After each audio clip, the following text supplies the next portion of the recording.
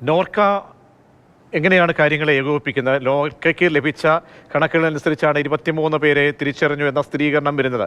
മറ്റുള്ള ഏകോപനങ്ങൾ, അവിടെ ആശുപത്രിയിൽ കഴിയുന്നവരെ സംബന്ധിച്ച് അവർക്ക് വേണ്ടുന്ന മറ്റ് സഹായങ്ങൾ, നോർക്കയുടെ ഏകോപനം എങ്ങനെയെന്നാണ് അധികാരികൾ വിശദീകരിക്കുന്നത്.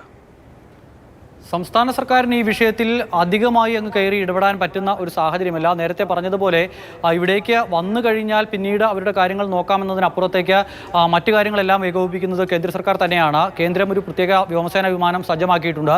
ആ വിമാനത്തിലായിരിക്കും അവിടെ നിന്നും പുറപ്പെടുക.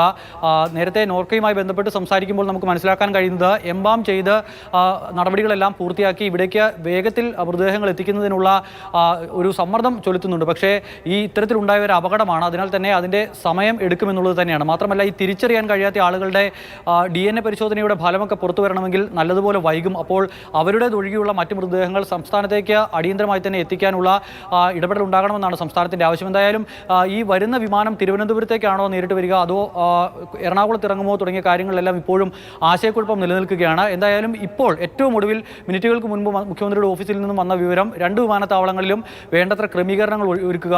എവിടേക്കാണ് വരുന്നതെങ്കിലും അവിടെ നിന്നും ഇപ്പോൾ തിരുവനന്തപുരം, കൊല്ലം, പത്തനംതിട്ട ജില്ലകളിലെ ആളുകളൊക്കെ മരിച്ചിട്ടുണ്ട്. ഈ തിരുവനന്തപുരം വിമാനത്താവളത്തോട് ചേർന്ന് കിടക്കുന്ന സ്ഥലങ്ങളിലെ ആളുകളൊക്കെ ഉണ്ട്. അപ്പോൾ വിമാനം ഇവിടെ ഇറങ്ങുകയാണെങ്കിൽ അവരുടെ ബന്ധുക്കൾക്ക് അത് കൂടുതൽ ഉപകാരപ്രദമാകും.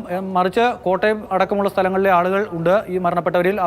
അവർക്ക് കൂടുതൽ സൗകര്യം കൊച്ചിയിൽ വിമാനം ഇറങ്ങുന്നതാകും. അപ്പോൾ എങ്ങനെയാകും ആ ക്രമീകരണങ്ങൾ എന്നുള്ള കാര്യത്തിൽ ഇനിയും വ്യക്തത വരേണ്ടതുണ്ട്. നോർക്ക ഇടപെട്ടുകൊണ്ട് സംസ്ഥാന സർക്കാരിൻ്റെ ഭാഗത്തു നിന്നും ആകെ 12 ലക്ഷം രൂപ നഷ്ടപരിഹാരം ഈ മരിച്ചവരുടെ കുടുംബത്തിന് നൽകാനും തീരുമാനമായി.